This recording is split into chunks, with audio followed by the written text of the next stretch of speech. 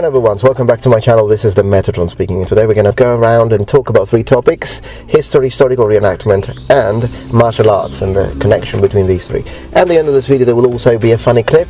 Why? Just because? Alright, let's go.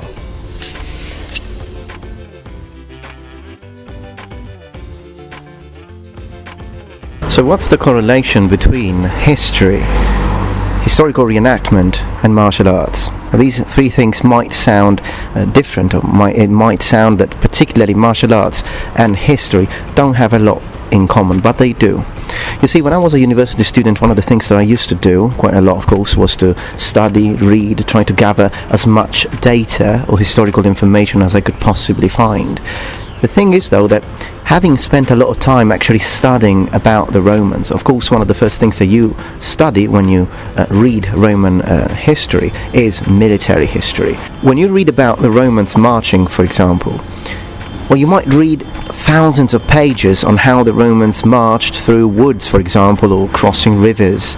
But until you actually wear the armor, carry the shield yourself, and actually wear Roman clothing, you don't and you won't understand it thoroughly. I still remember the very first time that I wore Roman armor. I had read, I think, hundreds of pages on how the Romans would, for example, wear even the caligae, or the sort of shoes that the Romans wore, particularly Roman soldiers, of course.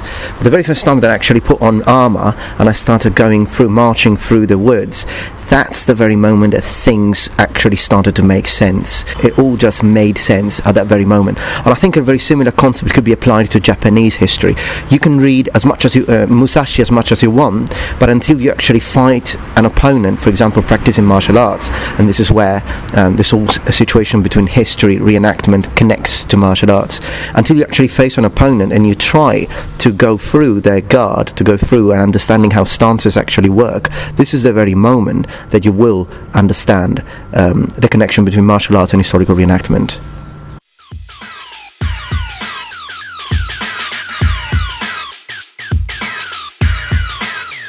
Another thing that I reckon I'd like to share with you today is, as you know, I'm a teacher. I think it would be a great idea to actually put historical reenactment to a certain extent, and perhaps even HEMA, to be honest, and even Kenjutsu perhaps, but never mind Japanese for now. But let's consider HEMA, historical European martial arts, and historical reenactment. They should become subjects at school.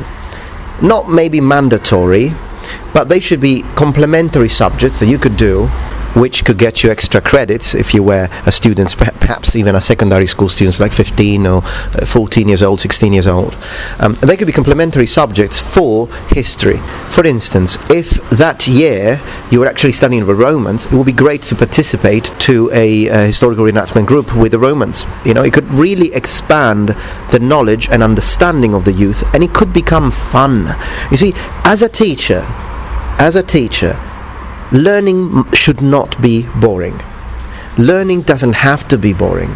It can be fun, and I think we should do something in order to make it more enjoyable for the youth. It shouldn't be something that they feel forced to do, and I think that this would be one possible solution to the equation of getting the youth involved, having them do something interesting, and at the same time have them actually, I would bet you my salary of 3 months that most youth would actually remember the dates. They would remember because they would reenact them. And you could do that with the Middle Ages, and of course that would mean that you can include HEMA classes and HEMA club, for example. There could be a sort of something could be planned out between schools and HEMA clubs in order to make it, you know, actually affordable for all students, regardless of their financial situation at home.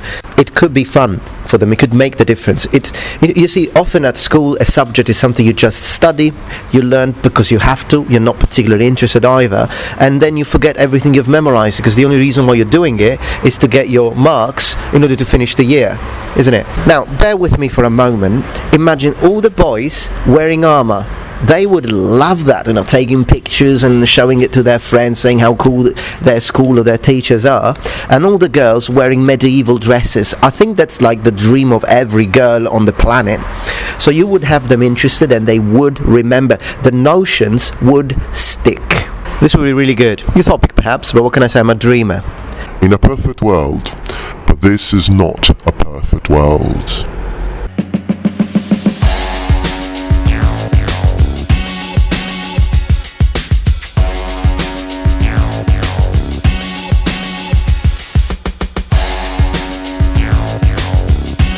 Evening, Professor. Doctor, do you alright? Still sick in the head? The stormy bloomers they have. True nutter you are. No ma, no relation, he's an orphan. Get lost, you muppet. Wasting doctor's time? You're that wee man. All this digging is killing me, Beck. They call work noble, bastards. Go round, go round. Alright, love. Alright, love. I shouldn't have gone to England. I shouldn't have gone to England. It changed my mind. I'm out of my mind. Alright, love. Governor. Diamond geezer. You're that wee man. Are you a diamond geezer? No. No. No. No! All vow. Repeat after me. All vow. All vow. All vow. Vow. All vow. All vow. Oh. Ti